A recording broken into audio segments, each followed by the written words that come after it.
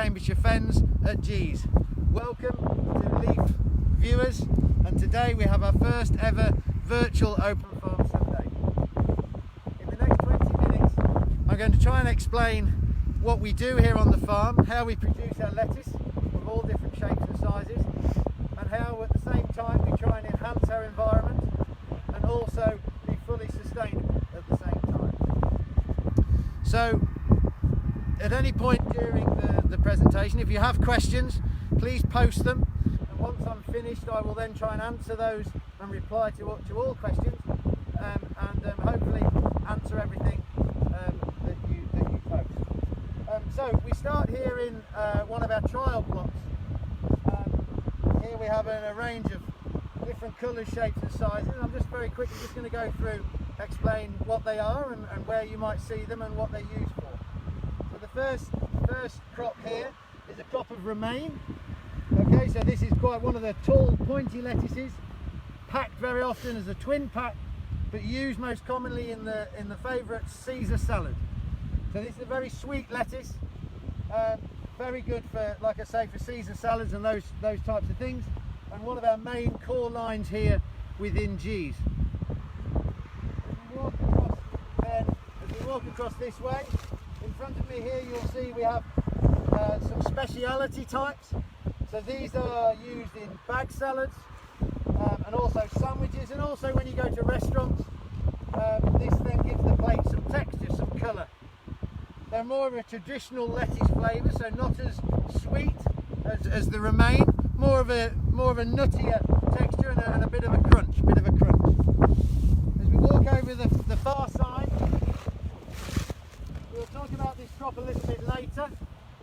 The crop over there is iceberg, and that's the crop we're going to see being harvested very shortly, so we'll get on to that. The next plots here are one of our most popular lines here at Cambs, also, which is the little gem.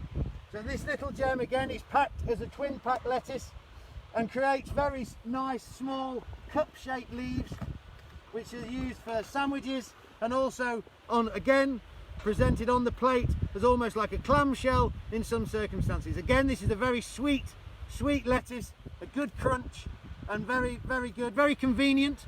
So it's one portion, put it in the fridge, use it, so that reduces waste. So this is a very popular line, and a line that's grown in popularity probably over the last 5 or 6 years in particular. This is one of the most popular lines here on this farm. Sadly we won't get to see it today because we can't travel too far, but this is what it looks like in the field and what we try and achieve with it. As we go further down, you'll see here again, this is what we call then our mini romaine or sweet gem. So this is a slightly taller variety, but is very sweet compared to the gem. Okay, so it's a taste preference, and this is available in certain stores as well. And this is a newer line that's been developed through breeding to enhance the taste and give the consumer that other option.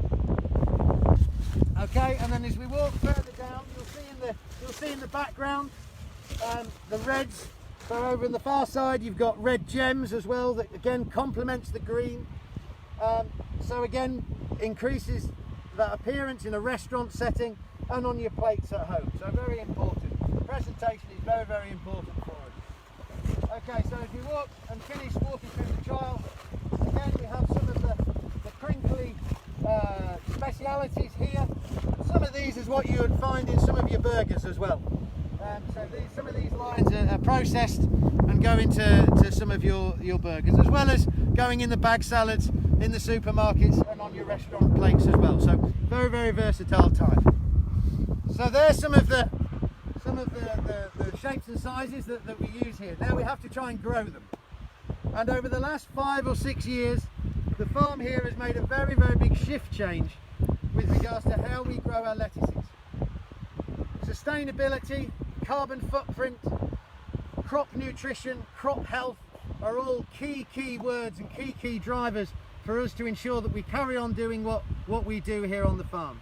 So I'm just going to show you 1 or 2 examples of things that we've done and what we're trying to do to change the way we grow the lettuce a little bit. So follow me this way.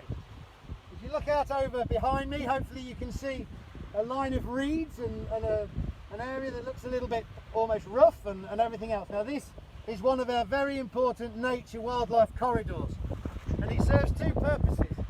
The first purpose is for transporting water from our rivers into the fens, allowing us, then you can see the silver pipework here, allowing us to then pump this water to water the crop. Without water we cannot grow lettuce.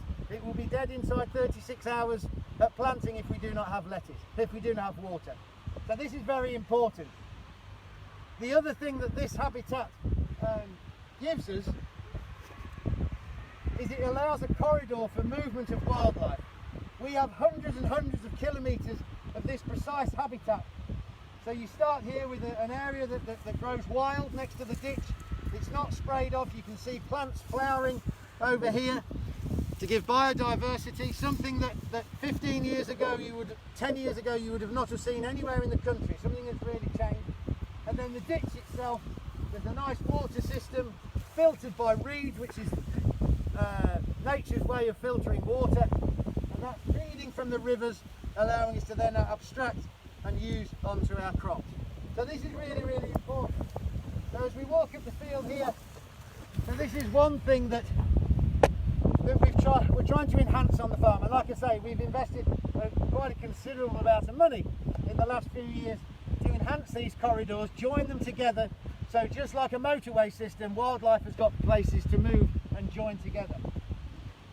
The other thing that is so important to us, and something that we've been focusing on specifically hard in the last few years, is our soil. Without our soil, we are nothing. As globally, without a soil, we are absolutely nothing. So we've started a very rigorous regime of something called cover crops and something called green manure crops. Now we're just walking over at the moment, and we will hopefully get to one of our strips. So when we're growing lettuce, we only harvest in the UK from end of April through to the end of October. But we actually have to start thinking about the lettuce a long time before that. We have to start preparing the soil. So in the distance you'll see a field that's just been harvested with wheat. Traditionally that would stay like this, it would be ploughed over winter, and then we'd come and put lettuce in there March, April time. Now that's not the case. We now, immediately after harvest, we want to get something growing in that soil. The soil's alive, it's a microorganism. Think of it the same as an animal gut or you and I. We need to keep feeding that soil, it's alive, we mustn't neglect it. So we do this by putting cover crops and green manure crops actually into our soil. So we're just walking across there now. As you can see down at my feet, we're now walking through a crop of iceberg lettuce. And we'll come back to this very shortly.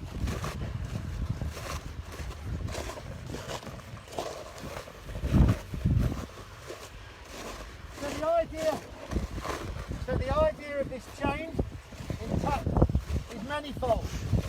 One is to try and maximise nutrition. Two is to try and maximise water use. Three is to try and minimise inputs, minimise fossil fuels, minimise cultivation.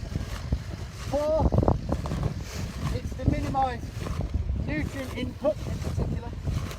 And five is to then combat the loss of many of our pesticides, and so we need to produce very resilient, tough crops that will withstand nature and the environment without too much of man's interruption. So this is the idea of a cover crop, and what we have down here is an example of one of our mixes that we use to try and enhance the soil. So we'll have a crop like this growing from September right the way through until January, February. We could then come in and drill another crop straight in for 6 or 7 weeks before lettuce plants go in the ground, and this is what we end up with. And what we're trying to do is create good biomass, green biomass that can go back into the soil, nutrition be recycled, keep the microbiology alive, and at the same time create a root network in the soil that goes right down to 30, 40 centimetres. I then come along and plant my lettuce, and the lettuce will very simply follow these same root channels right down to depth. We've seen an increase of rooting of over 25 to 30% in lettuce, which means we're utilising 25 to 30% more water, nutrition and everything from the soil, so I don't have to keep putting artificial inputs on the top, because the lettuce is able to scavenge those inputs for itself. So this is the idea of what we're trying to do with the cover crop, something that's proving very successful. These roots here reduce a cultivation pass. They do the work that a machine like a power harrow or plough would do. These roots are doing that job.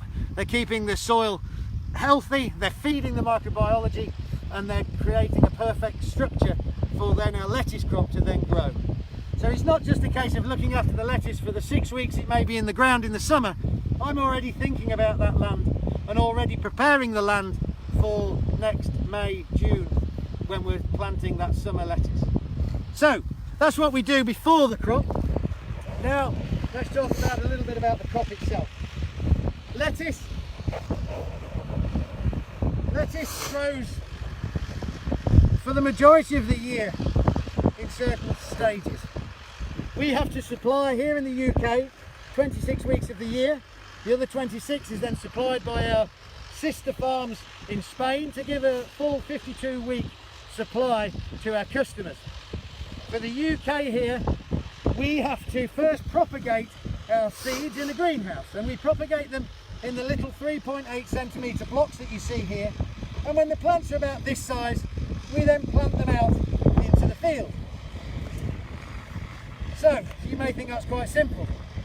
Slight complication being that lettuce that you buy in the supermarket shelf in May will have been sown in November in the greenhouse, because it's trying to grow in winter, and lettuce doesn't really like growing in winter.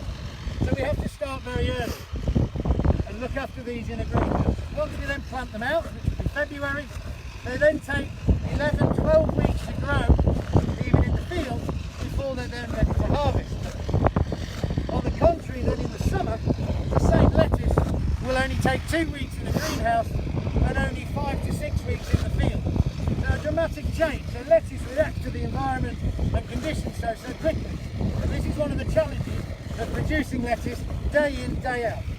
And as I said in my little promotional video last week, we are harvesting and we are planting, but we are harvesting 24 hours a day, 7 days a week, 365 days a year across here in Spain.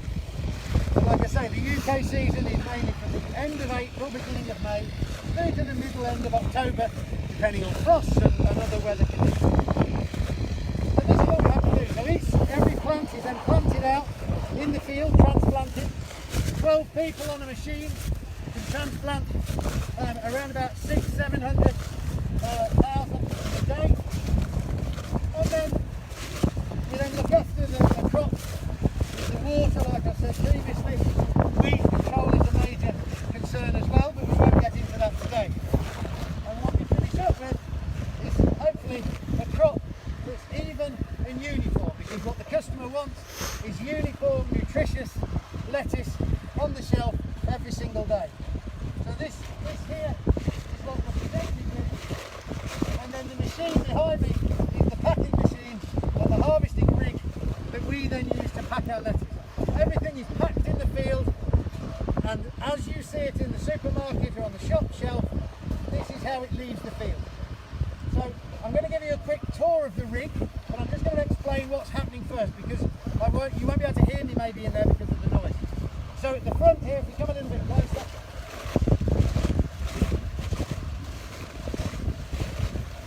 so the guys here at the front, they are cutting the lettuce, they are selecting the lettuce, they are trimming the lettuce. Okay, so every single lettuce you see is hand picked. We then have a level of automation in terms of the auto wrapper machine, so you can see the conveyors going up into the rig, and this will then go up top, which I'll show you later, where they're then wrapped in their film to preserve their qualities, to enhance their shelf life.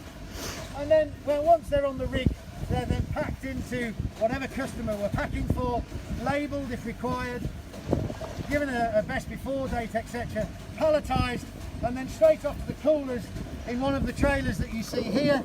So 16 pallets of produce, one time, and all this produce will be cooled down to 4 degrees within 4 hours of the knife going through it. This ensures freshness and ensures shelf life, both on the shop shelf but also in your fridge. Nobody wants to buy an iceberg lettuce and 2 days later it's mush in the bag. So very important for us to optimise quality, which links back to optimising water and nutrition, optimising this harvest operation, handling the lettuce very delicately so we don't damage it, and then packing it. So I think what we'll do now, we'll have a look up on the top of the rig and I'll be able to show you what's happening, but I'm not going to carry on talking because I think you will struggle to hear me. Okay, so let's go for a bit of a live tour around the rig. Okay, so if you can still hear me, so the guys here are cutting, trimming and selecting, and these guys are doing this for 10-12 hours a day. This machine never stops, 24 hours a day. So everyone is hand selected. Okay, so this machine here has a capacity of around 60,000 in a 10-hour shift. And a lot of these rigs and the technology was developed initially by G's themselves and innovating this ourselves. So at this point I'm going to be quiet and we'll go up into the rig and see what's going on.